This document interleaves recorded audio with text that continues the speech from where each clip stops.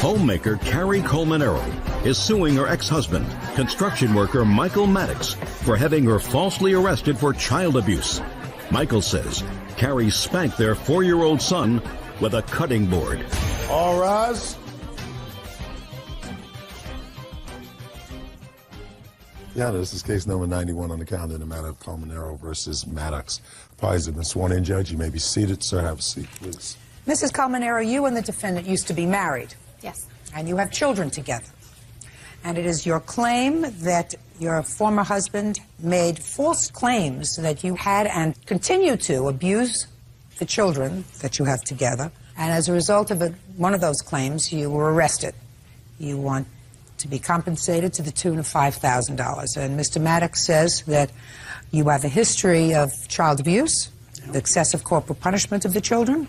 He believes that you are still using corporal punishment on the children, and he has every right, and not only the right, but the responsibility as their parent to notify protective services and or the police that his children are at risk. Right? Yeah, right. Okay. How long were you married? 5 years. How many children do you have? 2. How old are they? Hayden is 7 and Trevor is 5. Do you have other children? Yes, I do. How old are they? I have a 13-year-old. Whose name is? Is Cody, and a 9-year-old who is Jared. Those children also live with you? I do have my son, my 9-year-old lives with me. Where is Cody? Cody moved in with his father about 2-3 months ago. Were any of those 2 children the subjects of child protective proceedings or complaints? The accusations have been made for all 4 children. By whom? By Michael Maddox. By anyone else? By my husband. His ex-wife has also made claims. Well, does your husband have children? Yes, he does. How many children does he have? He has 3 children. Were there allegations of corporal punishment made by his former wife with regard to his 3 children? Yes, there has been. And what were the nature of the complaints that were made by his former wife? Molestation, different things of that nature. I'm talking about excessive corporal punishment or corporal punishment. You know what that means? Okay. Corporal punishment? No. That means hitting excessively or using an instrument to hit. For Cody, Jared, Hayden, and Trevor, there has been accusations made on all of the children. To excessive corporal punishment? Yes. By Mr. Maddox? Yes. And by your husband's former wife? Yes. Okay, now we're getting there. When was the allegation made with regard to Trevor and Hayden that caused you to become arrested? Tell me about that incident. That happened on February 12th. Okay. And the children had went to go visit their father that weekend, and later on that night, I had been arrested for abusing my son, my 4-year-old. At the time, he was 4. Okay, Mr. Maddox, the children were with you for a scheduled weekend visitation? Yes, they was. And tell me what happened. What happened was she used to drop the children off at my sister's house. So when she dropped them off, I came over and I proceeded to pick my children up. I took my sons to my house and I started to change their clothes. I noticed the bruises. Right then I called... Noticed the bruises where? On the buttocks. There was 3 places on the buttocks that they had bruises. This has happened. What did the bruises look like? They were small bruises, about a 1/4 inch wide, probably maybe an inch or so long, around their butt. So on both children? Just one. Which child? The youngest one, Trevor. Did you ask Trevor and or Hayden how that happened? Yes, I did. They told me their mom spanked them with a paddle. So who did you call? I called the police department. You indicate, Mr. Maddox, that your judgment of divorce, you indicate in your answer, that your judgment of divorce has an unusual paragraph in it with regard to corporal punishment. Do you have that with you? I sure do. I'd like to see it, please. This wasn't the first time that this has happened. Now, let me see it. Now, then I'll ask you questions. Okay?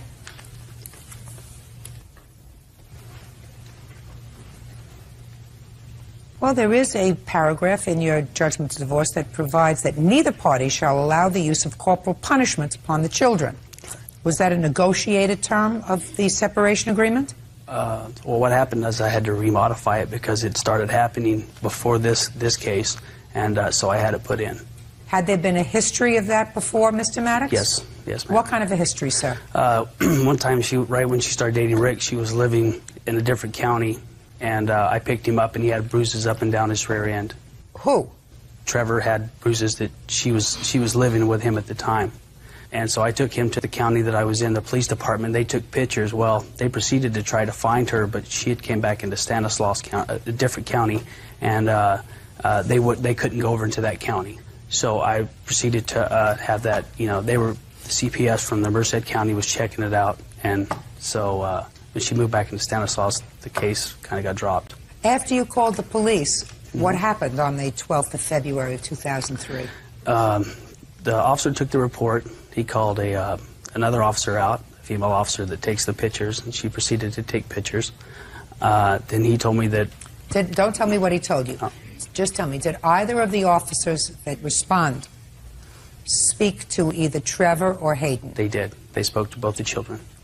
And subsequent to that, they came to your home and arrested you? That's correct. Is that right? That is correct. When they arrested you, did they take anything from the house? Yes, they did. What did they take? They asked me if I had a paddle, and I said I had a cutting board, which was confiscated. That is what I brought here today. It's my cutting board. You can see that I do use it as a cutting board. Okay. It hung in my kitchen. It's in my kitchen today. I did get it back because all allegations were dropped. When? That was dropped on March 27th. I have that court. I'd like to see the court papers, please. And the DA's information is on the back, which was also like to read dropped. It's on the back there. Is this the only write-up? Does anybody have a police report, please? I have a police report. I'd like to see the police report. All this says is that the case was dismissed on the DA's motion for insufficient evidence. Your Honor, I asked. Okay. Judge Judy continues in a moment. Says her ex-husband, Michael Maddox, had her falsely arrested for child abuse. Michael says Carrie spanked their 4-year-old son so hard it left marks. Is it true that you hit your children with a wooden paddle? No, it is not true. Then you're telling me that the police officer who filed this report is a liar. Is that what you're telling me? Did you know the police officer who responded to the scene on the 12th to arrest you? Had you ever seen him before? I never previously seen him. So there would be no reason for him to hold or harbor a grudge against you in any way.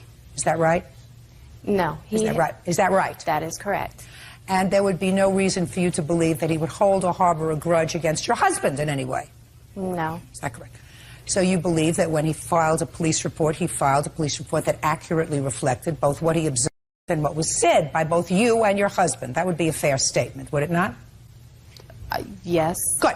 So I'm going to read to you from the police report. Okay. Okay? Let's start out with something simple. He responded on the 12th of February, 2003, to the defendant's home. I will paraphrase that part of his report because it is not really germane to what I'm going to tell you. When he got to the defendant's home as a result of the defendant's telephone call, he examined your sons, and he found bruises and marks on Trevor. He then asked both boys, little boys, how that happened, and both boys said to the police officer that Mommy spanked me, and that's all they would say. They said nothing else. There were no marks viewed on Hayden, only on Trevor. But based upon those marks and the statement, they came to your residence. Now, fast forward. Police officer, I asked Carrie, that's your name, isn't it? Yes.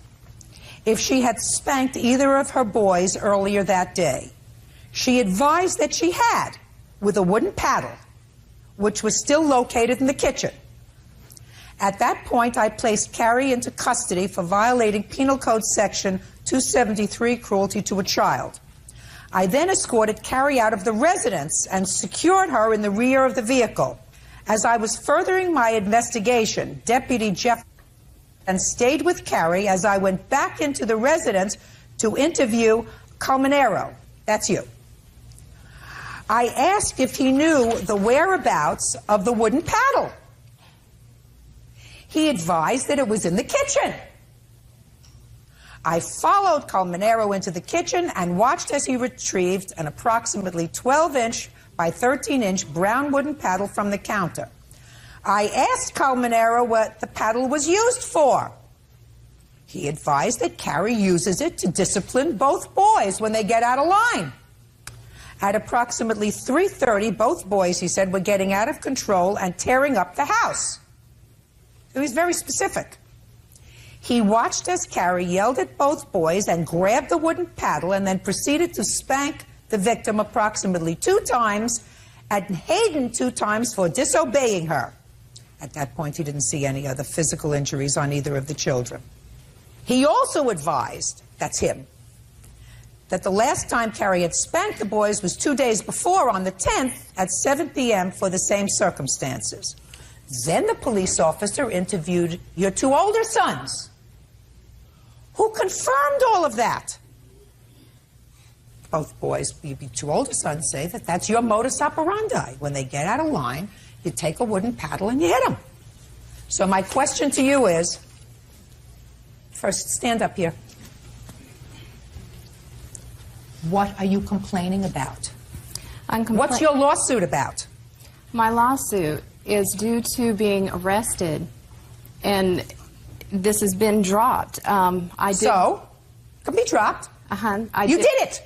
There was nothing stated in our court custody that this was stated after the fact. What after the fact? What are you talking about? What's after the fact? That you should not hit children with instruments? Is that what you're telling me? You have to be told not to hit children with instruments? I am saying that this incident is not. I have the DA's information here, and they have overlooked the children. If you would take a look at this also. Listen to me, madam. Your husband said that you hit the children with a paddle, correct, sir? Yes, ma'am. And you say that that's her standard operating procedure for dealing with the children, correct, sir? Yes, ma'am. And that the children had marks as a result of that, at least one of the children, correct? Correct. You weren't falsely arrested. The case was ironically, erroneously, stupidly dismissed. For what reason, I don't know. Maybe he had a DA who's got his head up his behind. We do not hit children with instruments. You got it? Goodbye. The case is dismissed. Parties are excused. You may step out. Well, I think James Frederick is suing his girlfriend's ex, security officer David Abbasi, for breaking his ankle during a fight. David says James attacked him. Now, this is case number 80 on the calendar in the matter of Frederick versus Abbasi. Parties have been sworn in, Judge. You may be seated. Folks, have seats, please. Mr. Frederick, the defendant is your girlfriend's ex-boyfriend, and it is your claim that you both found yourself at the same bar and that Mr. Abbasi assaulted you at the bar, causing you to fracture your ankle. You want him to pay all of your expenses relative to that assault and also some punitive damages. Mr. Abbasi says that you were the aggressor that night. He didn't see you injure yourself, and if it wasn't for your aggressive behavior, none of this would have happened. That's your defense. Is that right? Yes. When did this incident occur? The night of February 7th, approximately 10:30. And what was the name of the establishment that you were visiting? The Horseshoe Pub. What time did you arrive there? Approximately 10 o'clock, I believe. When you got there, was the defendant there? Yes, I did know who he was. I'd never met him before that time.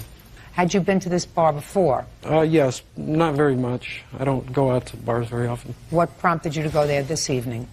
Just to get out for a little while. I was supposed to meet my girlfriend there a little later. Well, did you meet her there? Yes, she came in probably about an hour later. Before she arrived, you didn't know who this gentleman was? Right. When your girlfriend arrived, she advised you who this was? Yes, once she saw him. And you didn't know who he was, sir, when he arrived there. Is that right? I didn't. How long has this young lady been your girlfriend? Or how long had she been your girlfriend on February 7th? For 4 months, approximately. How long had you been separated from her? About 3 months. You mean there was a month overlap? Yeah, I believe they were 3 months in the relationship, not 4 months. Did she leave you for him? Yeah, How long had you been together? about a year and a half. Were you upset? Yeah. Had you lived together? Yeah. So she left you She was cheating on me. with him Yeah. and left the home that you shared to move in with you? Yes. She wasn't cheating, Your Honor. But she moved in with you immediately after she left him? Correct, yes. Okay. All right, so tell me what happened. Well, on that night... After your girlfriend arrived. We're at the point where your girlfriend arrived at the bar. Okay. After she arrived, I noticed, well, she had told me who Mr. Abbasi was. At that point, then, I acknowledged him. How did you acknowledge him? Well, after my girlfriend had told me who he was. How did you acknowledge him, is my question. Did you shake his hand? Did you go over and say, hello, I'd like to introduce myself? How did you acknowledge him? No, nothing like that. Just tell me how you acknowledged him. I just looked at him. That was it. Okay.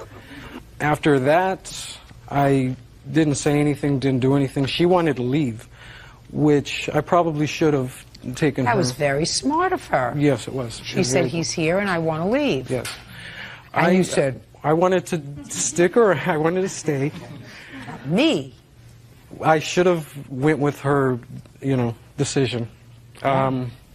Afterwards, probably, I'd say 15, 20 minutes afterwards, Mr. Abbasi just started to look my way, and at both Lucy and I, and adjacent to him was a lady, and he was more or less smiling, laughing, pointing at us, and I just wanted to know what was going on. So I more or less shrugged my hands up.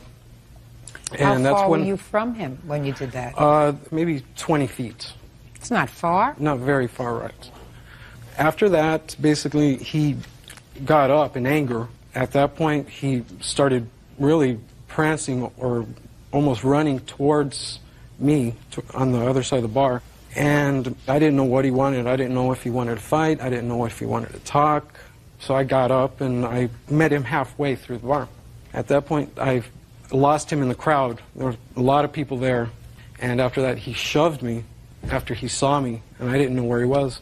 I fell back into the crowd, and I tried to regain my balance. And after I tried to regain my balance, he shoved me again. This time, I fell backwards in an awkward way and broke my ankle. Now, your version of the events, Mr. Abbasi. He waved me over to fight Show me how he did that. by putting his hands over like He that. went like that. Yeah, calling me, saying he's going to kick my butt.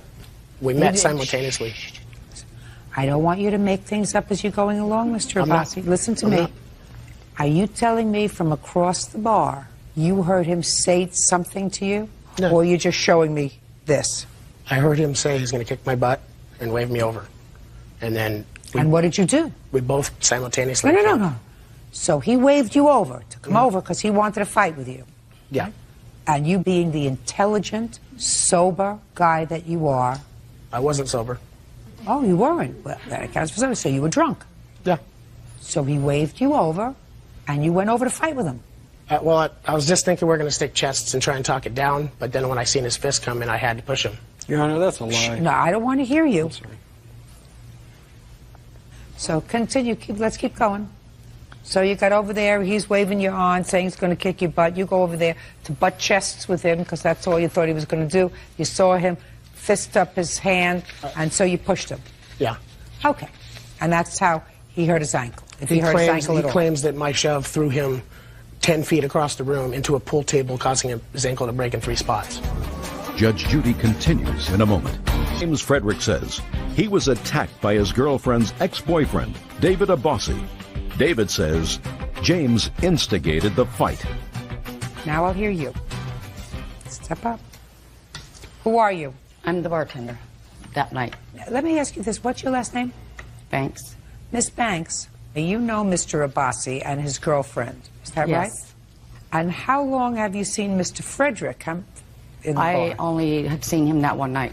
Where do you come from? Palmdale. And this bar is in Palmdale? Yes. How many bars are there in Palmdale? 4 or 5. Mr. Frederick, what prompted you to go to that bar this evening? Because you went there by yourself, and you were meeting Lucy there, right? Yes. But Lucy was the one who suggested the Horseshoe Club? Actually, I was. Really? And Lucy didn't say to you, no, I don't want to go there because I used to go there with David? Well, that was brought up, but I reassured her it was all right. You're a troublemaker. I didn't see any problem. I didn't know David. You didn't see any problem? Mr. Frederick, if you weren't looking for trouble for one reason or another, sir, you wouldn't have gone to the bar if she gave you prior notice that this is a place where David would hang out. And when she arrived and she saw him there and she said to you, let's go, I feel uncomfortable. And you said, not me, I'm not going anywhere. I want to sit here. So despite the fact that she was uncomfortable and that the presence of the two of you was just an exacerbating circumstance, you decided to stay. Now, I'm not sure about on a legal level, but on a moral level, you got what you deserved. You look for trouble, it's going to find you. You know, there's certain things your grandmother says to you that are true. And one of them is, if you look for trouble, you're going to find it. Right? Yes, Your Honor. But you visit your troubles on me and the taxpayer because this process cost money. And because you decided to be a macho jerk, you cost the taxpayer money. Whether it's in this court and any other court. You're gobbling up court time for people who really have cases over which they had no control. You had plenty of control. I didn't go to another one of the 4 bars in Palmdale. Or when you went in there and you saw him there, you knew who he was, and Lucy said, let's go. You got up, paid for the drink, and you leave. Right? Right. That's what my plan was, but I didn't take fast enough action. Okay. Did you file a police complaint, Mr. Frederick? Yes, I did, Your Honor. I'd like to see it, please. I filed that the day after. Why the day after, sir? I was going to file it at the bar, and had I done so, he would have been incarcerated. I wanted to take care of my ankle. It was hurting and was broken. So you went immediately from the bar to the emergency room? Yes. Okay. Well, evidently they did an investigation, and they didn't arrest Mr. Abbasi for assault. Do you know why, sir? Basically, they couldn't find him, and DA didn't want to prosecute because it's a typical bar fight. They see it a lot, so they didn't feel it. Because it's just as possible that you lost your balance because you were drunk. I wasn't that drunk, Your Honor. How do I know that? You don't have to be that drunk to trip.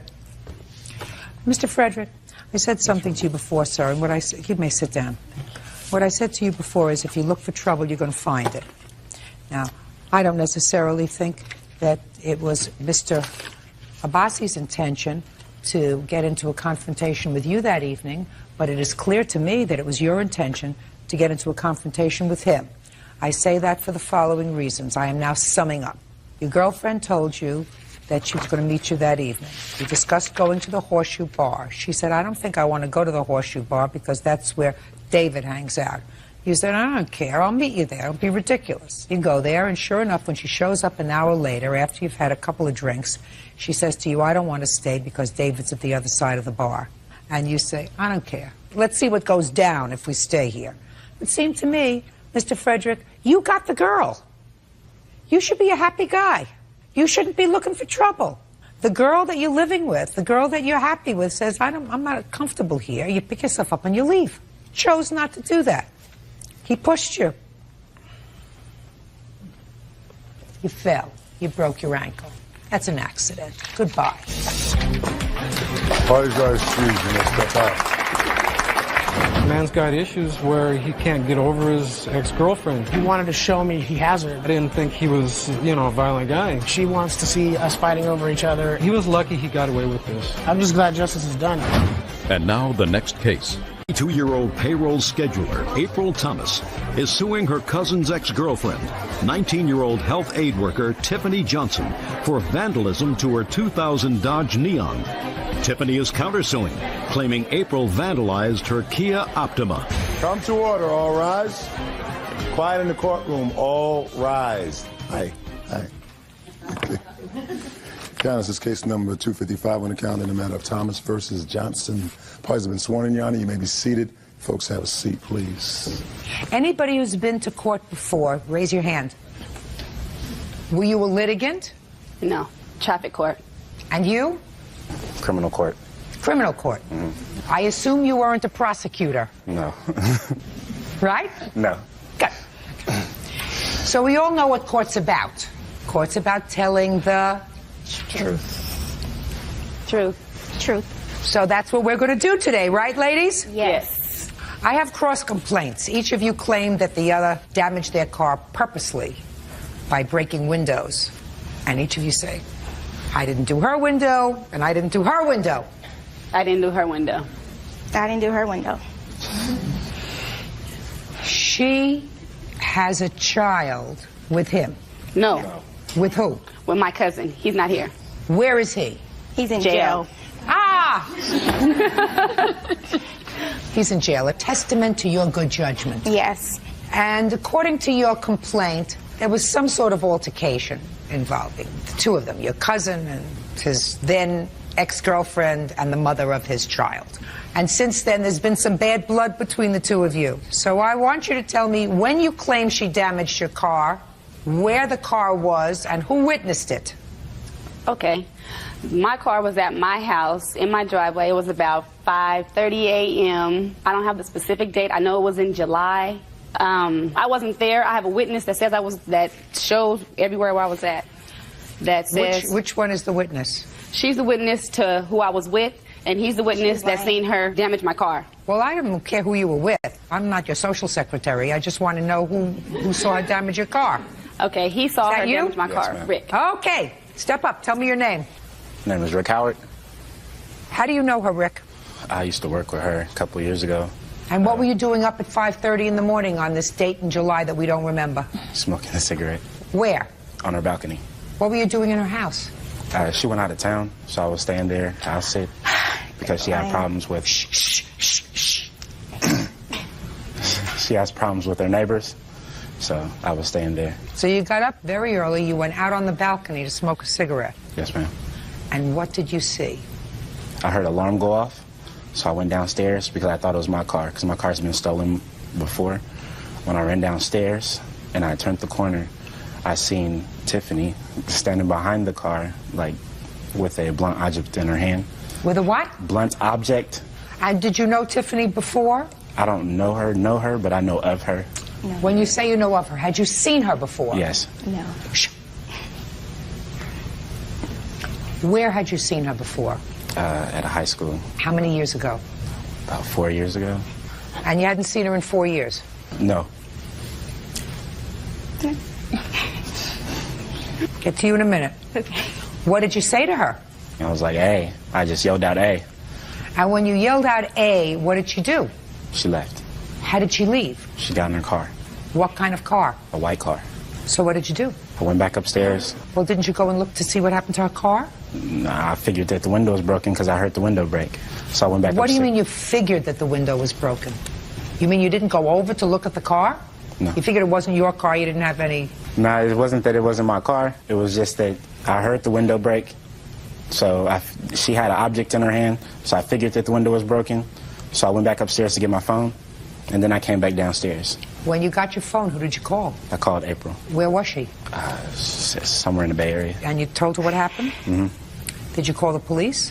Another lady who was standing across the street, I called the police. Did the police arrive that day? Yes, I did. Did you speak to the police? Yes, I did. Did you give them a description of the person that you saw? Yes. Did you tell them who it was?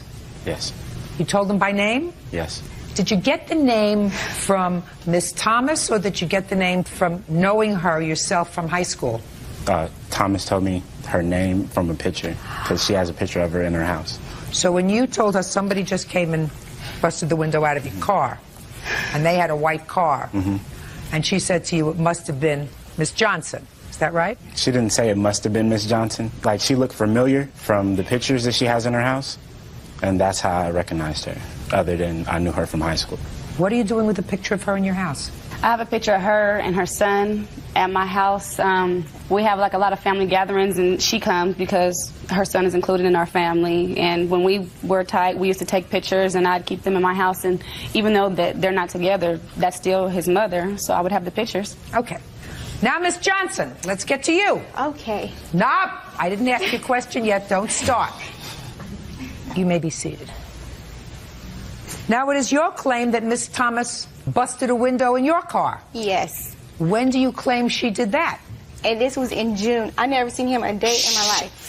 I didn't ask you anything about that. I asked you about your car. Okay, this is the real story. We was at a club. We went to a Listen club to me. in June. I'm in charge here. Okay. Judge Judy continues in a moment. April Thomas says her cousin's ex-girlfriend, Tiffany Johnson, vandalized her Dodge Neon by breaking her window. Tiffany says April did the same thing to her car. In what month do you claim she damaged your car? June 25th. What time on the 25th Like of June? 12:30 to 1 o'clock. In the morning? No, at nighttime. Yeah, morning, yeah, it is morning. Where was your car? At a club. So tell me what happened. I was parking. My cousin pulled in first. I was parking my car. And as I was parking my car, Miss Thomas jumped in front of my car and told me I cannot park here. She is saving this park for my friend, and she's on the freeway to get there. So you're moving into a spot. She blocks the spot, and she says, I'm saving it. Yes. And you said? You can't save a park. You can't stand and save a park. It's free parking. My car was, I was so close to hitting her for her just standing in front of my car. So I just parked my car and got out. And she started... Just a second. So she's standing in the parking space, and you said, well, you're going to get run over, but I'm parking here. Yes. So you parked there in the spot. Yes. Okay, and she ultimately moved out of the way. Yes. Okay, got it. It was my friend's birthday. That's how I remember the date, because we were all going out. And as I got out of my car, she's talking about, you don't want it like this, or you already know about these hands. You don't want to see nobody in my family. We just started talking a lot. Just started talking to me. I don't want this, and I just walked away. So we walked down the street by the clubs. Then we walked to Old Sacramento, and I just had a funny. Holy! You went to the club. What happened when you got to the club? We didn't go in because it was about to close anyways. And from there you went back to your car? I went to Old Sacramento, walked to Old Sac. I don't know where that is, nor do I really care. When did you go back to your car? In like 20 minutes. 20 minutes after you parked your car and had this altercation with the plaintiff, you went back to your car. And what did you find when you went back to your car? 1,000 pieces of glass broke all over my driver's window. And it was so many people out there telling me, the girl that you just got... Tell me what anybody else said. Driver's window. Yes. What window of your car was broken? My back windshield. Okay, so you found your window broken. Yes. Now, other than the fact that you had had this altercation with her about the parking space. Yes. Did anyone else who was here today witness her damaging the car? Crystal. Crystal. I'm going to take your testimony, Crystal. Step up. Crystal, how do you know Miss Johnson? I don't know her. Where do you work? I stay at home with my son. And what were you doing out at 1 o'clock in the morning on June 25th? I was going to the club too. Who were you going with? Some friends. Tell me what you saw. Okay, Tiffany had pulled up. April jumped in front of her, told her she couldn't park, and then Tiffany parked anyways. Got out of the car, started walking off. April started yelling at her. Tiffany walked off. One of April's friends had pulled up a couple minutes later, and they had got in the car, drove off, came back like a few minutes later. April had got out of the passenger side, threw something at Tiffany's car, and jumped in the car and took off. And how come you stayed around the parking area that long? Because I was sitting in the car across the street talking to some friends. How did it come about that you met Miss Johnson and told her what happened to her car? Well, we were still there when she had come walking back. So you told her what you saw? Yeah. Did you call the police, Miss Johnson? No. How come? It was late at night. I just knew it was her. That's why I didn't even call the police, because I didn't even think it would go this far with me and her. I know April for a long time. Well, did you call her the next day? No, I asked her cousin, my son's dad, told me that she was going around the family acting like she done something very well. And he was mad because all the glass that was in my car, my son cut his hand. So you mean you didn't call the police? No. And you didn't speak to her afterwards and say, you better fix my car? No. I don't understand that. You mean you just got even? No, but she's trying to say... No. I asked you a question. No. I think you did. Okay, I did. That's my girl. That's it. Yeah. You didn't get mad. No. You got even. Yeah. Love it. Like when it works. Like it when it works. Right? Yep. Very good. So how much did it cost you to fix your window? Can I add that also she must have stuck something in my door lock because it doesn't turn anymore. How much did it cost? Listen. I'm listening. How much did it cost to fix your window? It was $344 for the window, and it came to $253 for the tint. For the what? The tint on the window is tinted black. Why? Because all my windows are tinted black to keep the sun out. $344, is that right? It cost you to fix the window? Yes. How much did it cost you to fix your window? $300, and I have to get a rental car because I have to wait till my window to come in. It cost you just about the same amount of money. Yes. Right? Did you both feel good afterwards? No. Mama? Did you feel good? I didn't do anything. Oh, You sure you gosh, did? Yes, you did. Of course She you is did. the devil in disguise. Of course you did. Now, my only problem with both of you is, I mean, you're acting like children. Yeah. Which is, shh. You're acting like children. And the only problem that I have with both of you is, why do you visit your childish behavior on the court system? Why do we have to become involved in your childish behavior? You both did something wrong. It ended up costing you both money, right? Yeah. Goodbye.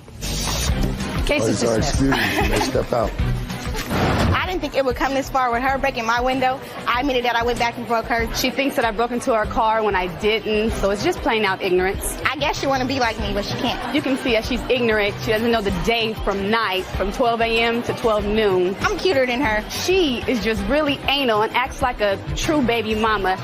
We would call it ghetto. Her attitude is ugly, just like her face. She's a sloppy CH. And now the next case. All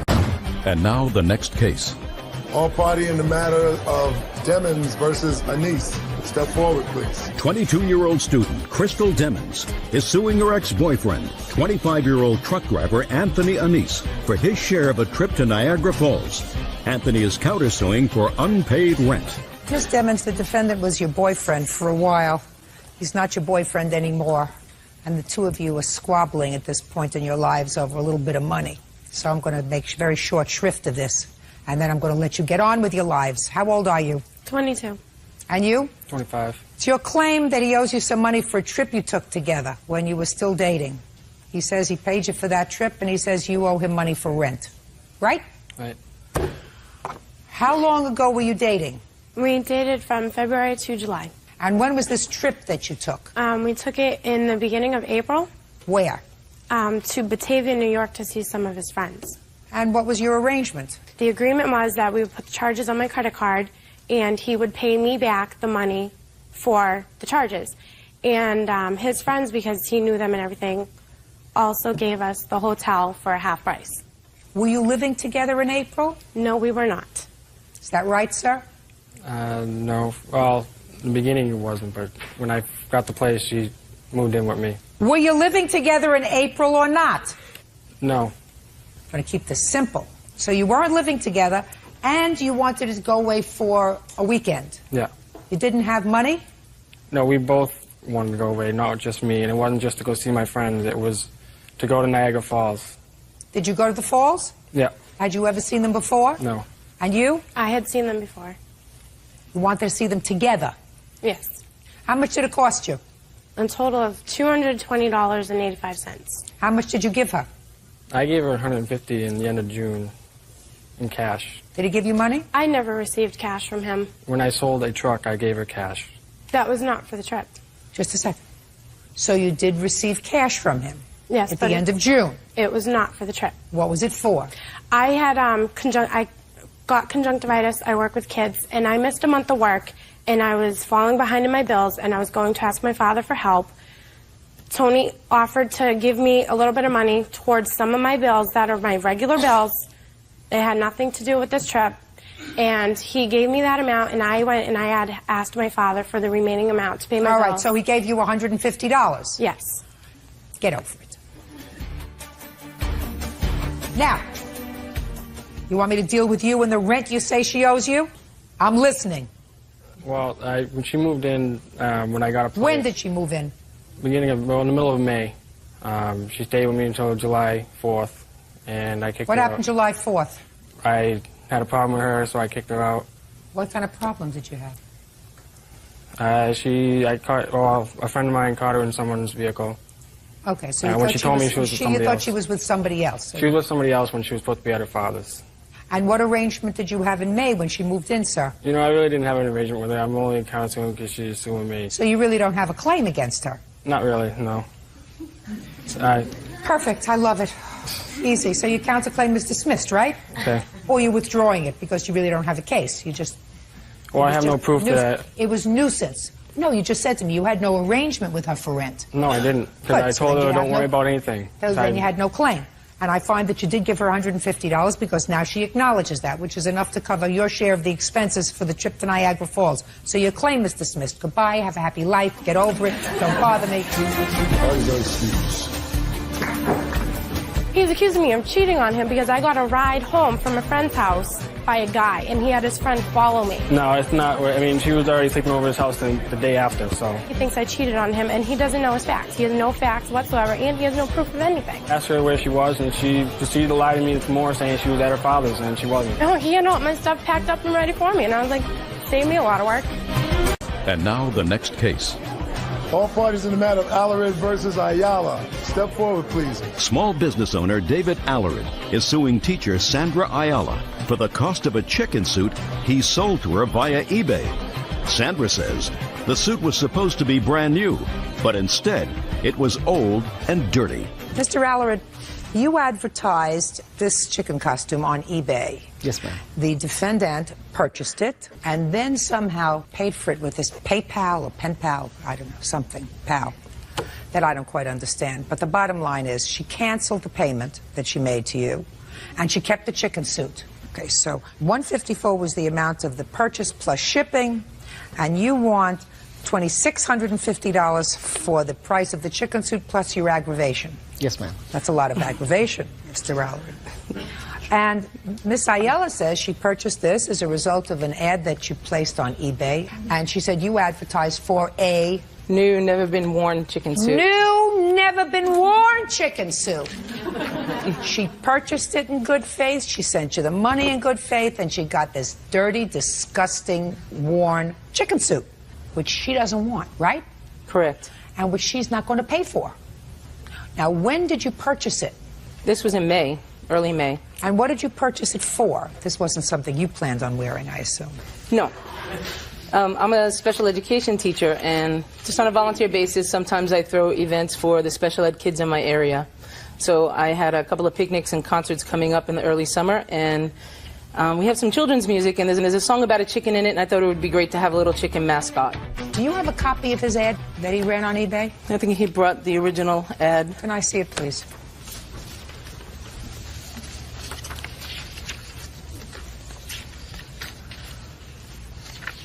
Okay, here we go. New, never worn, deluxe adult chicken mascot costume. And is this the way it came?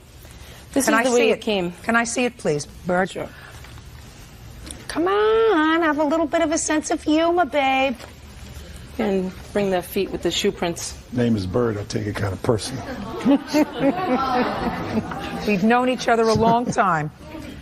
Listen, this has been worn, Mr. Alarid. Yes, ma'am. So, how come you sold something that had been worn to her as brand new, never worn? Well, when it was shipped, it was brand new, never worn. It was sold 5 months ago. Okay, let me see.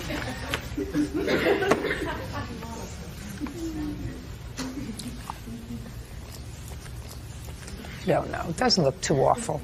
You bought it in May what? I think the date was May 8th. It was May 8th.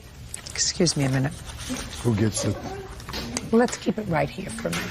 Well, I haven't finished doing the case yet. Okay.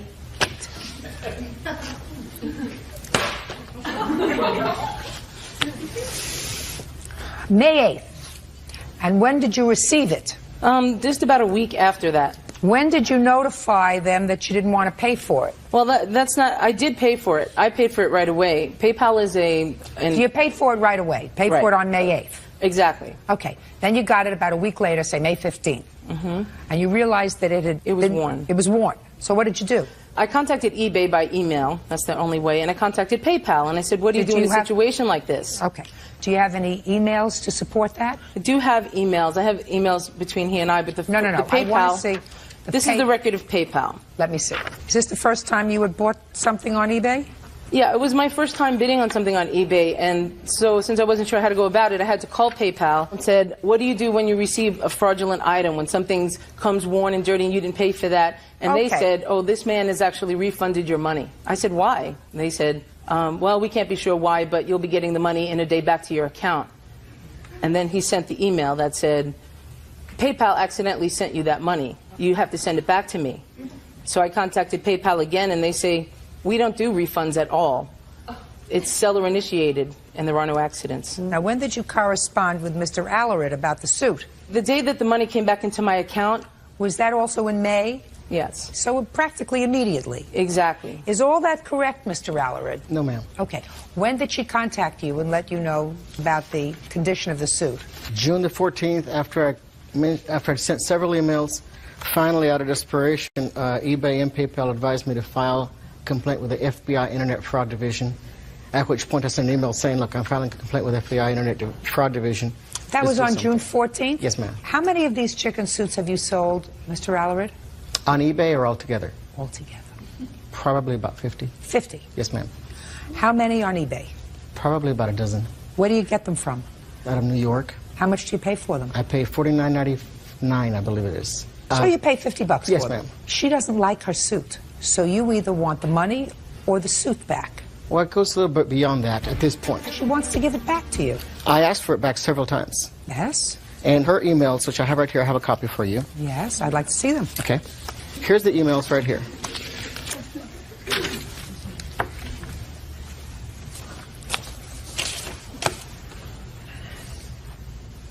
Well, she told you right away, sir. She said, I don't know what clerk you checked with about the condition of the suit, but that suit arrived in an old bag, in an old box, and the suit was full of leaves and debris, and the rubber parts were stained with marks on the beak, head, and shoe prints on the feet. They're still there. She told you that right away. That was June the 14th. So, she wants to give you the suit back. I asked for it back. Now you got it. Listen to me, Mr. Alarid. Are you in business? Yes, ma'am. Have you ever had complaints filed with regard to these chicken suits before? Never. So you paid for 50 chicken suits, which you paid $50 each for, equals $2,500.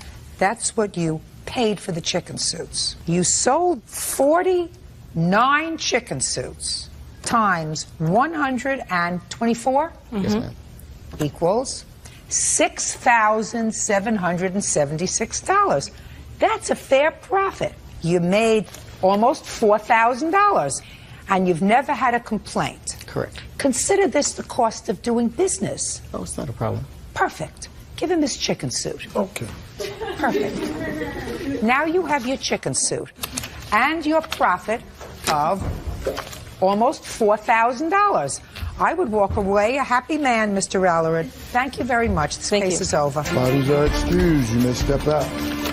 He claimed that he never had any problems before. Had zero complaints on the chicken costume as Judge asked. He filed FBI charges on a lot of people. It becomes internet fraud when somebody takes your product, takes your money, and refuses to refund it. He told me the FBI was coming to my house, so I kept a lookout for that, but that didn't happen. No problem whatsoever. I don't think I'm going to look for his name on eBay anymore. Lighting technician Daniel Gonzalez is suing his former friend, internet salesperson Victoria Delgado, for fraudulently opening a credit card in his name. Victoria says Daniel is suing out of spite because he wants to be more than friends.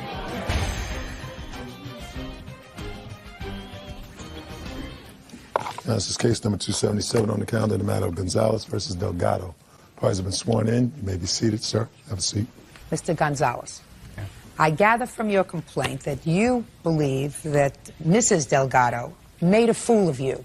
Yes, ma'am. And in addition to making a fool of you, she fraudulently obtained a credit card in your name, charged almost $3,000 worth of merchandise on it, and you want that money back. Correct. She was your friend, Yes. and she called you one day and said she was going through an acrimonious divorce, Correct. and you agreed to help her. Yes, ma'am. How did you know her? We used to work together at one of our theme parks locally in Texas. When you knew her, was she married? Not at the time, no. When did you get married? I got married December 25th of this past year, on Christmas Day. And when did you separate from your husband? April 23rd. And when did you call Mr. Gonzalez? Well, take it back a few steps. On my wedding day. Don't take it back a few steps unless I ask you. Okay. But you were separated from your husband on April 23rd of for the 2004. Second time. For the second time, yes. Which Daniel had agreed a previous time to help me out as well. Just a second. When did you separate from your husband for the first time? January 17th. Did you call Mr. Gonzalez at that time? Yes, I most certainly did. Why did you call Mr. Gonzalez? Because the night of my wedding, my husband, for like a couple of hours, had made a comment to me that really upset me, and I had went to the restroom and I was crying. And at that time, Daniel was like, "It's not too late to step out now." This is Daniel? Yes. Daniel said to you, "It's not too late to back out now." So? So he offered to help me at that time. So how did he offer to help? He offered to get me away at my wedding. So, and you said, "No, I'm in love and I want to stay I was together." in love with my husband. Well, and I wanted to be so with my January husband. 17th, you separated from the first time from your husband. Yes. Why did you call Mr. Gonzalez? Because he was a friend and he was always there to help me. Good. What did you say to him? Well, my mother was very sick, so I flew to Florida and I was helping her because I have a brother. What did you ask him for? He was helping me find an apartment. So he was just talking to you? Talking to me and finding apartments while I was in Florida. So you asked him to look for an apartment for you? Yes, and a vehicle. And a car? Mm-hmm. And did he find an apartment for you? Over the course of my staying in Florida, me and my husband, we decided that, what we were going through was silly, and we ended up back together again. So you called Mr. Gonzalez and said to him, "Put the skids on the car, put the skids on the apartment, I don't need it." Exactly. And then you separated from your husband again in April. Yes. A couple of months later. Yes. And again you called Mr. Gonzalez. Yes, I did. For help. For help. And I assume that you recognized that Mr. Gonzalez was helping you because his interest in you was more than platonic, that he cared for you. It's not an answer. It probably, yes. I do think that his intentions were more than platonic. Right. And what about your intentions? Mine were not. Then why did you use him? I didn't use him. He Yes, of course you did. And I Of course you did. Of course you used him. Hey, listen, Smiley. If you knew that his intentions, and he cared for you in a romantic way, and you did not have the same kind of feelings for him, then by calling him on the phone whenever you and your husband had an argument and asking him for assistance, you were using him. Got it? Okay, got it. So when you called him in April when you and your husband separated, what did you ask him for? At the time, I needed a vehicle more than anything. You needed a car? Yes. From this man who you knew cared for you, so you were going to use him for a car. He offered. Well, you mean he just picked up out of the blue? He said, "Let me see, what is it possibly that she could need?" What does Karnak say that she needs? We had went to lunch together, and I How did told that him, come about? He would come and pick me up on Mondays, and we would go to lunch, because that was on his only free day, and we Just went a to second. lunch. You mean while you were together between January and April, you went to lunch with him? No, I never went to lunch with him. After you separated? Yes. Well, how did he find out you were separated? Did you call him? Yes, I did. So you called him, and then you said to him, "We can have lunch on Monday." Right? No, he's And the it was one that on one of suggested these Monday. lunches that you told him that you needed a car. Yes. And he agreed to help you get a car? Yes, he co-signed with me on a 2002 Nissan Xterra. Isn't that nice of him? Your agreement was that you would pay for it, right? I would make the payments on it, yes. And you stopped making the payments on I it? never even got the chance to make the first payment on the car. He took the car back? He took it back, yes. Why did he take it back? Because in the transition with me getting the car, I was supposed to get my student loan in, and I was going to give him money for a deposit, which the deposit originally was only supposed to be $500. But when he went to sign the paperwork, he went without me to sign it. He told him that I was going to give him $1,000, and because he got all the warranty and everything on it, they added another $288. So it came up to almost $1,300 that he needed down on it. But the decision between him and I was that I would make the full payments on it. And I told him at that time I didn't have the $1,300 to give him, that I would get it from my student loan. So he canceled it? He didn't cancel it. He kept the car, to my knowledge. Is that right? I took the car away from her because she didn't pay the down payment to the vehicle, nor did she pay the first down payment. So you actually got the vehicle? Yes, I took the vehicle away because she No, failed no, to. listen to me, Mr. Gonzalez. You got the vehicle? Yes. Did she ever drive it? Yes, she did. Did you ever drive it? Yes, I had it for almost a month before he took Oh, it. you didn't tell me that. I thought you said he changed his mind. So he got the vehicle. Oh, yeah. And he gave it to you. Yes, he did. And she didn't make the down payment and she didn't make the first payment. That's correct. Ah. Judge Judy continues in a moment. Daniel Gonzalez says former friend Victoria Delgado owes for fraudulently opening a credit card in his name. Daniel says Victoria is a user and took advantage of his kindness. Now let's get to the credit card. When for the first time did you know that she had obtained a credit card? On the 13th Of May. what? Of May. May 13th. And how did you find out that she had obtained a credit card? She told me that she had got applied for a credit card under both our names. So then from there, she just started telling me all that she made a couple of purchases for her apartment that she was going to get. And I was like, well, I was thinking a couple of purchases, like maybe $50, $60, $100, maybe. Actually, he got upset. He got upset. I'm not talking to you yet. Go ahead. She told me that she had received a phone call on the 12th stating that that the credit card company was requesting my information. And I was like, well, how am I supposed to do that? I didn't even know about the credit card. So that's when everything turned out that she... Can I see the bills, please? Sure. And at the same time, she gave me a letter that she wanted me to sign stating, that's the letter, that she wanted me to sign. Can I? That, in a minute. In a minute. Okay. She gave me a letter that she wanted me to sign so she can fax information to the credit card company stating that she was an authorized user. In a matter of 3 days, she was managed to charge $2,600 on a credit card. Now I'll hear you, Ms. Delgado. $2,600 plus merchandise that you charged over the period of a few days on his account. How much did you pay on the $2,600? On the $2,600? I was in the hospital. I didn't ask you that. I didn't ask you whether you were in the hospital, whether you were at Disney World, whether you were at a tea dance, whether you were on a world cruise. I asked you how much of the $2,600 and change did you pay? My husband gave him $90 to shut him up. Your husband gave him $90 to shut him up. Yes. So that the answer is you paid him nothing. $90. No, the answer is you paid him nothing. Okay. Now, where is all this merchandise that you charged? It's all household goods for my house. I bought a bedroom set. I bought dishes. Now, just a second. Now, you separated from your husband on April 23rd. Yes. And when did you reconcile with your husband? We started talking again in early June. And when did you move back together? June, I believe the 15th. Where's the bedroom set? I still have it. Who sleeps in it? Me and my husband. You're some piece of work. I'm sorry that you feel that way. Oh, I do. I mean, the whole circumstance surrounding it's I think different. that you have a bad character. I think that you used Mr. Gonzalez's friendship. You fraudulently obtained a credit card. No, I didn't fraudulently Oh, do sure it. you did. No, I have a piece of paper here. If I was trying to fraudulently use his name and I didn't want it linked back to me, that's what he was claiming. I signed you it. fraudulently I signed obtained for it. a credit card because you yourself say in your answer that you made believe you were him. That's because on the morning that they called, I called and I told him he was in the process of refinancing his house. Listen to me. That's what you say in your answer. Exactly, but you're not letting me get back to the... When Visa called, I acted like I was him. I did, because he told me to.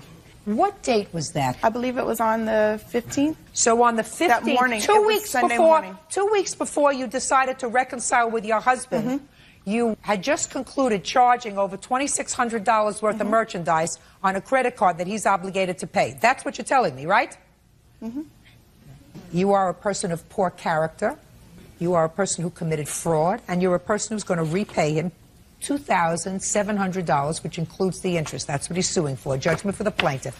Get rid of him. Parties are excused. You may step out. Daniel's intentions were way more than they were. There was nothing in my mind that, or even wanting anything from her, just a friendship. He is a grown adult. If he wanted to buy those things and, or do that for me, then that was on his own. Well, I didn't know it to be so much money until I called the credit card company and found out it was $2,600. And I was like, well, whoa, that's more than a bottle of wine, The chances in love and war, he took his chances, he lost. I was trying to help her out with for a vehicle, but not to furnish her apartment. He lost, so now he's bitter. All I wanted was just the money that she owed me for the purchase that she made.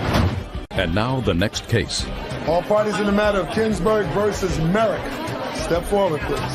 58-year-old toy store owner Barry Kinsberg is suing his ex-girlfriend, 39-year-old receptionist Laura Merrick, for an unpaid loan to pay her rent. Laura says Barry offered her the money. Mr. Kinsberg, you claim that you made a loan to Miss Merrick because she needed money to pay her rent. Miss Merrick acknowledges that you gave her some money. The operative word in her answer is gave. She said it was a gift, that you insisted on helping her out because you didn't want her to move away. Is that right? Yes, that is correct. How do you know her, sir? My condo needed repairs, and Laura was the receptionist, and one of my utilities kept breaking down. So we got into this more or less, we had a dialogue. When did you meet her, Mr. Kinsberg? May. And did you begin a social relationship? We had a talking relationship, and then after that we arranged to have a first meeting. And where did you go on the first meeting? Actually, we went to a diner, Your Honor. When did you have your first social encounter at the diner? I think it was June. Beginning, middle, or end? The beginning. And when did she ask you for money? The next date, she was intimating that she had financial problems, Your Honor. Was that also in June? Yes, Your Honor.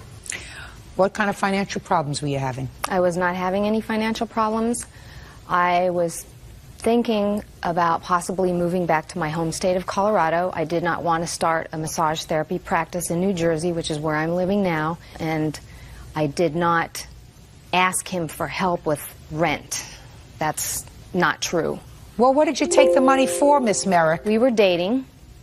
We were dating for about month and a half, and we have a lot in common. I didn't ask you whether you had a lot in common. I don't give a rat's behind what you had in common. I want to know what you took money from him for. Well, we were dating. We had a good relationship going. Did he give you this money all at one time? Yes, he did. Okay. He offered it. He offered it to me. Just a minute. So he said to you, let me pay your rent for you, and you said... I said, no, I don't want you to do that, because I don't take money from men. I assume in this relationship you were just having dinner together, or was it a more intimate relationship? It was a more intimate relationship. So I assume that if it was a more intimate relationship, Miss Merrick, you weren't being paid for your intimacy, so I assume that that's true. That's true. So that you were taking the money for something. And what I'm asking you is, what were you taking the money for? He brought up the idea to me of me possibly moving in with him, and I was possibly thinking about considering that. I wasn't totally decided if I was going to go back to my home state for sure yet. But he brought that up, and it was something I was considering. You mean moving in with him? Exactly, yes. What does that have to do with money? Well, I'm just trying to make the point that it wasn't like I just took it from him and then, you know, it was like I was hoping that something more was going to come about with us. I mean, he was talking about me moving in. I'm like, okay, maybe this could be something more permanent. How much did you give her? $715, Your Honor. How old are you, Mr. Kingsburg? 56 You have to think about that. Yeah. How old are you, Mr. Kingsburg? I just had a birthday, Your Honor. Just turned 58. And how old is Miss Merrick? She's 39. Have you ever been married, Mr. Kingsburg? Yes, Your Honor. For how long? 25 years. Divorced, widowed? Divorced. When were you divorced, sir? Last October, Your Honor. Mr. Kingsburg, what I want you to do is look at me. I want you to look up and I want you to say, thank you, Lord, that this dame only cost me $750. Do you understand? She called me and says to me, during the course of dating, the couple of dates we went out on, she needed to borrow money. Where did you expect her to get this money from, Mr. Kingsburg? She told me that she was getting a rebate from Colorado on a vehicle. She was getting money back for her insurance. In fact, I asked her, how are you going to repay this? And she said to me, I can repay this because I'm getting a rebate on auto insurance from Colorado. How much after you received the $715 from Mr. Kingsburg, Miss Merrick, did you decide that he was annoying? About Within a week and a half, phone calls every day. Then he started coming around my apartment building, and I was home one day and I observed him. He drove up, he was like looking around at my car, and then drove off, and that's when I really started to get concerned, because I was like, oh, this is getting really strange now. And then one of my neighbors told me one day... Don't tell me what your neighbors told you. Mr. Kingsburg, you're a lucky man. But you know, age appropriate isn't terrible, Mr. Kingsburg. How old was your wife? She's 50, well, she's about 50. That's nice. Right. That's nice, Mr. Kingsburg. Find somebody more age appropriate and who has a little more character. In any event, I believe you when you say that she asked if she could borrow some money, and I believe that she told you that she was expecting a rebate check, because I don't think that you would make that up. And since I don't believe a word that comes out of her mouth, I'm going to issue a judgment in the amount of $715. Thank you. That's all. Thank you, Your Honor. Why does that excuse you may step out? There was a condition to it. If there wasn't a condition to it, I wouldn't be standing at Judge Judy. It never was a loan. It was, he just gave it to me, and we were considering moving in together. I think probably in all relationships, there's sometimes people hear what they want to hear. The coming around to where I lived, and I wasn't there, I was, you know, and asking to talk to my neighbors, and I got a little concerned after that. Sometimes you take these relationships, some can be fixed, and some cannot. Contractor David Oravec is suing his ex-wife, 26-year-old Maria Oravec, for falsely accusing him of abusing their children. David says Maria is currently engaged to his brother, Daniel.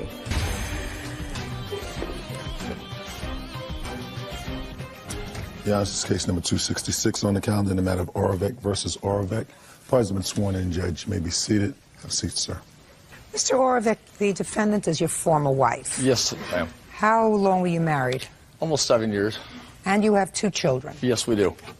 Recently divorced, and you, after a custody trial, you obtained custody of the 2 children. How old are they? 5 and 7 years, ma'am. Your lawsuit claims, Mr. Oravec, that your wife has embarked upon a campaign to file allegations alleging domestic violence, alleging abuse of the children, etc., causing you to spend a substantial amount of money for attorneys. All of those allegations were ultimately dismissed, proven unfounded, and you want your former wife to compensate you. Yes, ma'am. Ms. Oravec says that everything she said was true, and she is a good mother, and she has an absolute responsibility to report any instances of abuse of her children and abuse of herself. I gather from your complaint that this situation is exacerbated by the fact that your former wife is now either living with or engaged to be married to your brother. That's you. Is that right? Yes. Are you twins? No. No. How far apart are you? 2 in years. age? And I assume you don't speak. No. For how long? Since the affair was found in my house. And when was that? Back in February last year. And when were you divorced? The divorce was entered in June 2nd, 2003.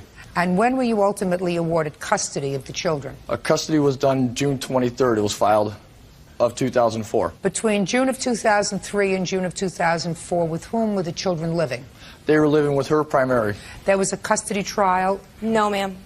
There was a settlement. And what did you agree to in the settlement, Ms. Oravec? I agreed to maintain joint custody with David, as well as switching primary residency over to him on information that the law guardian had given me, stating that he was not allowed to make any changes regarding the children without first clarifying it with me. Don't qualify what you're saying to me. You agreed that the children's primary custodian would be their father. Yes, ma'am. Yes. Can I say something? The reason that we went to court is because there's 8 circumstances which warrant a change of custody of emotional abuse towards the children, and we agreed upon this because she agreed upon it because she didn't want to go to trial. I assume, Mr. Oravec, that the recommendation of the children's attorney Yes. was that the children be in your primary physical Yes, they were, custody. Your Honor. And that would have been dispositive, in all probability, at a hearing. Otherwise, was there any other reason that you gave up physical custody of the children? Yes, Your Honor. Because you had had physical custody of the children for a year. I was too afraid of the punishment I might get if I hadn't given up custody of them. That, madam, is baloney. You may think so, ma'am, but it's not. Baloney. Okay. Let's get to the first allegation, sir, that caused you to retain an attorney. That was back in June 18th. She filed a violation. You have to give me a year. June 18, 2003. Sorry, ma'am. She filed with CPS, and then she filed the order of protection. Okay. Do you have those reports? Yes, I have everything. Here's the order of protection, dismissed and everything, and here's the unfounded reports from CPS. Could I see? Here's the amended temporary order of protection I had too also. Just a second.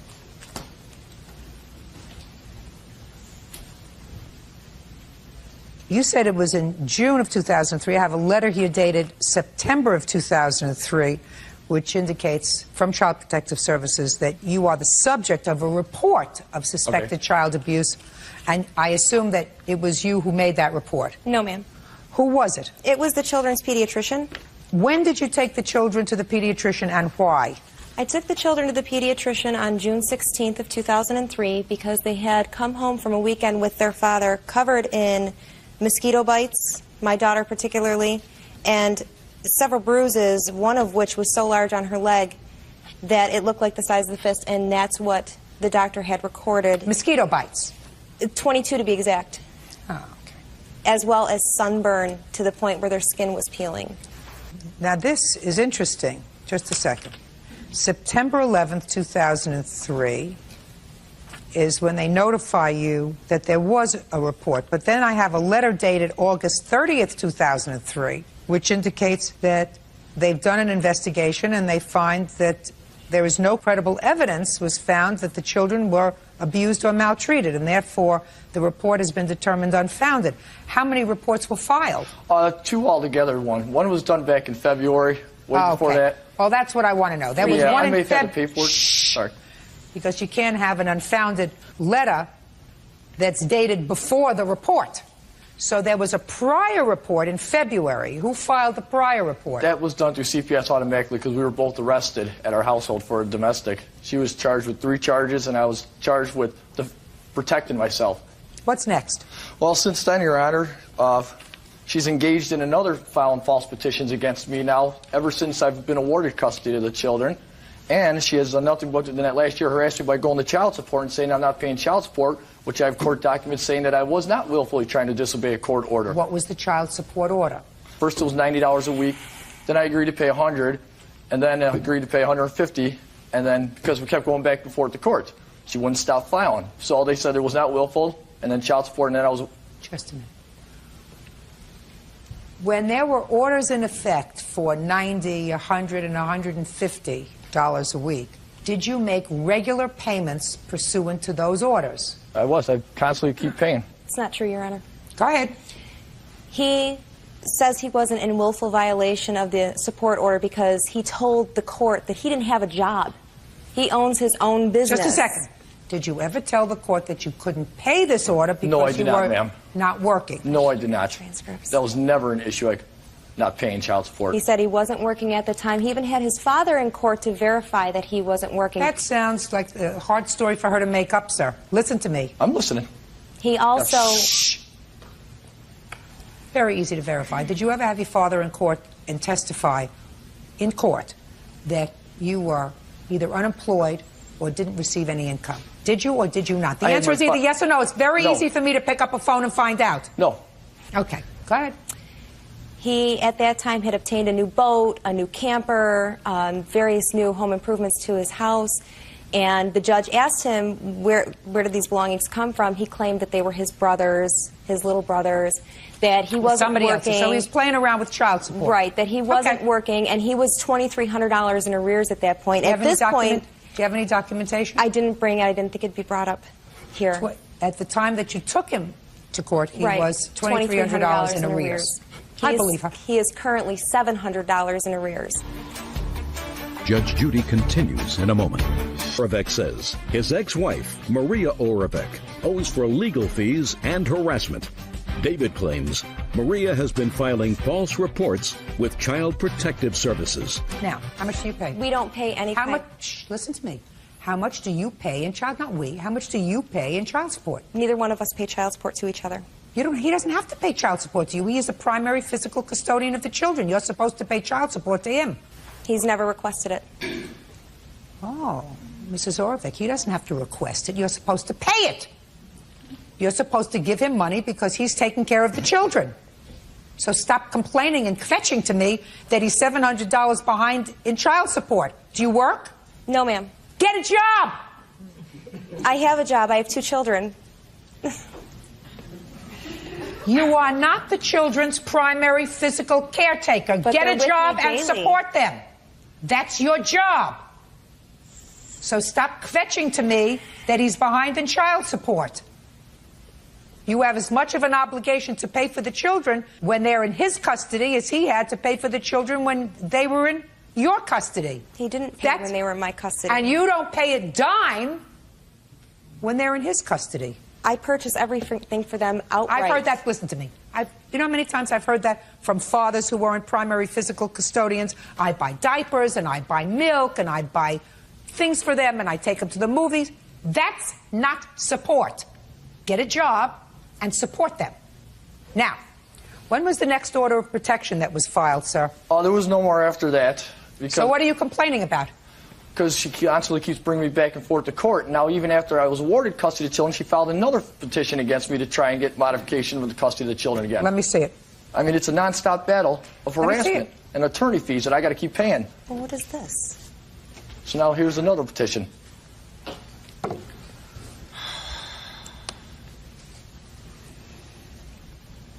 Yes, like I said, with that last false petition or file, there was a court order ordering us that we cannot go to the court for relief for 18 months unless we've attended Catholic charities. We did not attend Catholic charities, so she filed that petition in order. That was dismissed because of that. Oh, so this was dismissed? Yes, it was because she went against a court order. Your Honor, and they he told keeps her. dodging Catholic Charities mediation program. He refuses to schedule. He refuses to pin down a date. He refuses to pay the $30 that it costs to go through mediation. He won't pin anything down just so he can avoid losing the kids. He knows he stands a substantial chance of losing these children now. I have no idea why you gave them up in the first place. Because I was stupid. Very, very stupid and scared. Well, then, you know, if you were very, very stupid, you can't... Put your hand down. Oh, sorry. If you were very, very stupid, you can't inflict your stupidity on the children. Right No, now, I the can't. children are living with their father. And They're living with both of us, ma'am. They go back and forth each week. You mean 1 week they live with you and 1 week they live with him? A 5- and 7-year-old have to get carted around every other week. It's not good for them. That's what you agreed to. Listen, if that's what you agree to, and if you don't believe it's good for them, then they should stay with their father. He's not good for them, ma'am.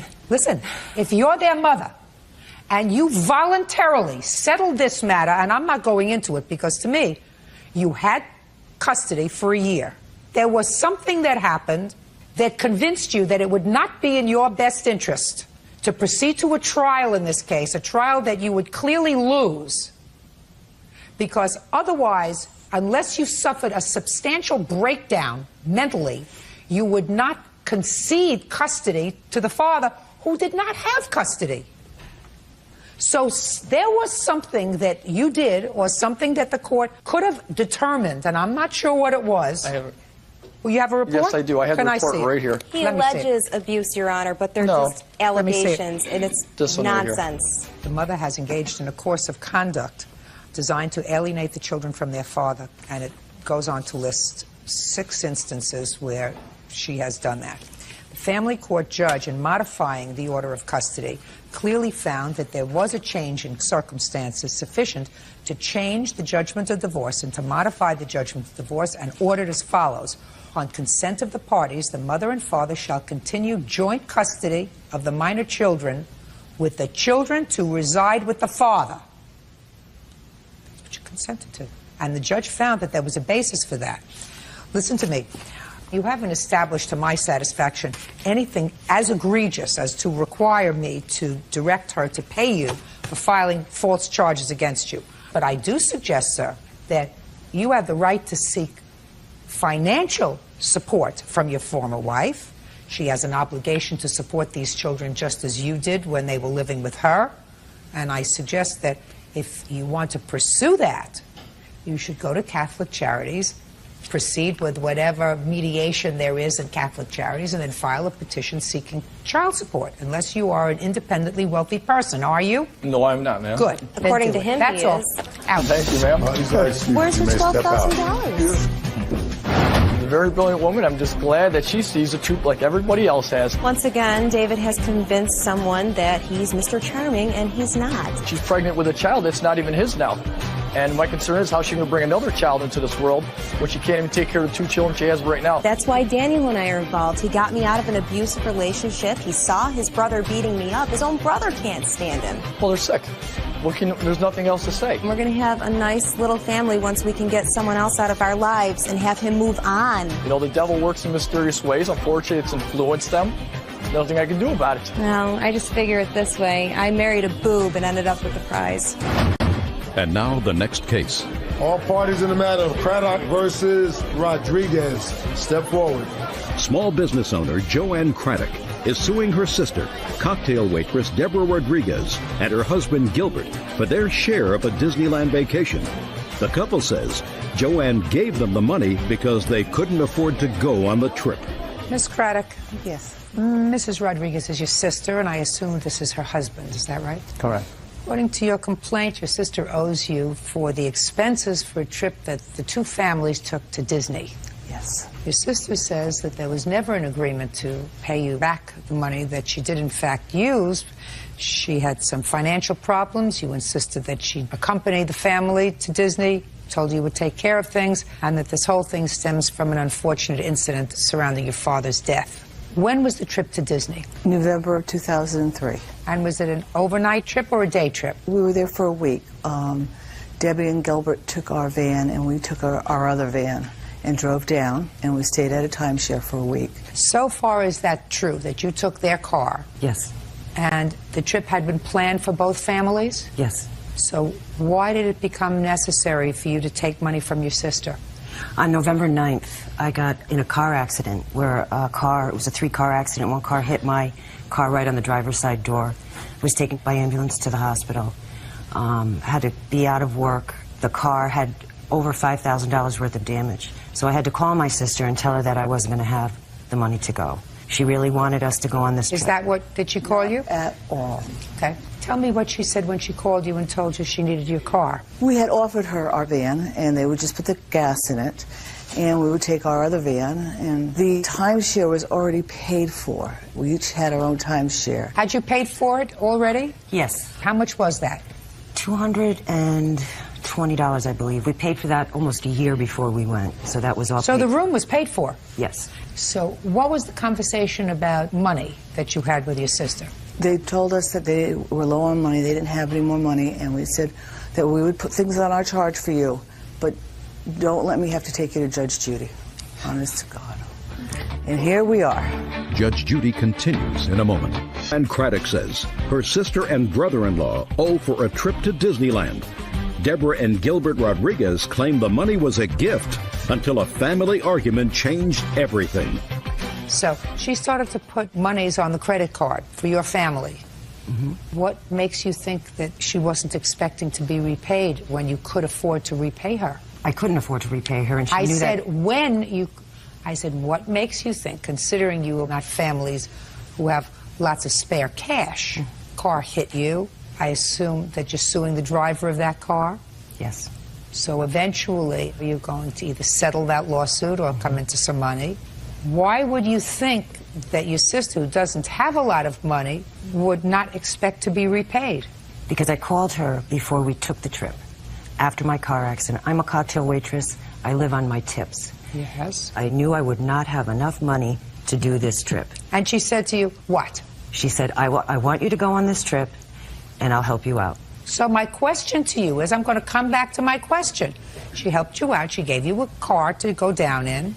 Why would you think that you should not send your sister $50 a month and say, listen, thanks for helping me out, my family, we all had a great time on the trip, and if it wasn't for you, we really couldn't have gone. I'm going to send you $50 a month till it's paid off. It was never alone, and the only time it became an issue, she filed for this suit the day after my father died.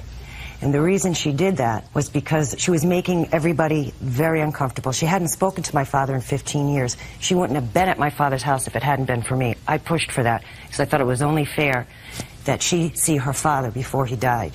And things went very badly. She was behaving badly, and I had to kick her out of the house. My aunts came from Rochester, New York, an 8-hour trip. She wasn't allowing them to spend any time with their brother. The situation became out of hand, and I had to throw her out of the house. That is when she said, you're going to make my life miserable, I'll make your life miserable for the rest of your life. And the next day, my father died on the 11th. On the 12th, she filed this suit. It had never been an issue until that day. Everything she just said was a complete lie. Was there an incident that happened prior to your father's death? My father's wife did not want me around for 15 years. I only lived a quarter of a mile from my father. Okay, so it was my father that died also. So my sister and I are adopted, and we have never gotten along. Okay, we were trying once again to have a family. My sister did work very hard so that I could see my father, and I did spend 36 hours up with him because I had not seen him in 15 years, other than twice in the mall. And it wasn't my doing; it was his wife's doing. You know, she's his wife. Whatever. So, yeah. So everybody was in the kitchen. I was staying with my father, not doing anything, and my sister said, "We need to talk." And I, can we do this later? He's got hours here. And I wanted to be with him as much as I could. And all of a sudden she's telling me how she's going to call the police. And I never went to my father's wake or his burial because she told me I'm the one that was making everybody uncomfortable. Stayed away. That's unfortunate. But now that my father's dead, he was the pole for us to get together or do anything. And, probably after today I'll never see my sister because we aren't close. Well, that's unfortunate. It is unfortunate. It's very unfortunate. That's unfortunate. But that's not the issue. The issue is there an expectation, an understanding that that money is going to be repaid at a time when you get back to work and your financial situation is improved? I have to determine whether that was your understanding with her. Okay, can I say something, Your Honor? You can say something quickly. There was no understanding on that matter. Would it have been nice to have paid that? Yeah, I think basically, but after this was filed, this frivolous lawsuit, no, I think we don't owe that. We never agreed to that. Well, let me ask you, if it was nice before, it would have been nice for you to pay him back, right? Perhaps.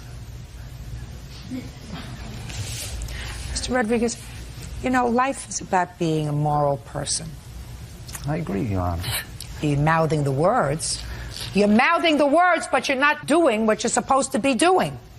If you're a moral person, and if you are unemployed, and you have 2 children, are these your 2 children? No, but I would consider my 2 children. He's their stepfather. Do you have children? Yes, I do. Where are they? Texas. How old? He's 22. When was the last time you saw him? Almost not an answer. About 2 years. 2 years ago? About 2 years ago. I mean, don't you wake up some mornings and say, I have a child that I haven't seen in 2 years? Yeah, I do. Mr. Rodriguez, listen to me very carefully, sir. Sometimes you're better off not speaking. Do you understand? True. Especially when it's not your family. I understand, Your Honor. Good. But it just boils my blood that she's going to stand here and just makes silly accusations. Mr. Rodriguez, she's not making any silly accusations. I think so. She's saying that her sister and her husband, 2 able-bodied people, had to borrow money from her. Stop checking it. Had to borrow money. You don't use the word borrow. Had to take money from her in order to go on a vacation that had been planned for a year because you, sir, didn't have a job. Right. And as far as I'm concerned, you can always get a job. It's not necessarily the job that you like. When I used to sit in the family court, you know what I would do? On my way into work, I would pass all the places where there were signs that said help wanted. Car washes, grocery stores, fast food restaurants. And I would have a list of those places and their addresses. And whenever a father came to court and said, I don't have a job, I can't pay child support, I would say, I have a list here for you. Because when you make a family, you have to work. You don't rely on somebody else to take care of your business. That's why you're supposed to sometimes, Mr. Rodriguez, keep your mouth shut. Got it? Good. Judgment for the plaintiff in the amount of $380. That's all. What is our excuse? You may step out. It was a great vacation. It was a nice memory for our children. There was no talk of money until the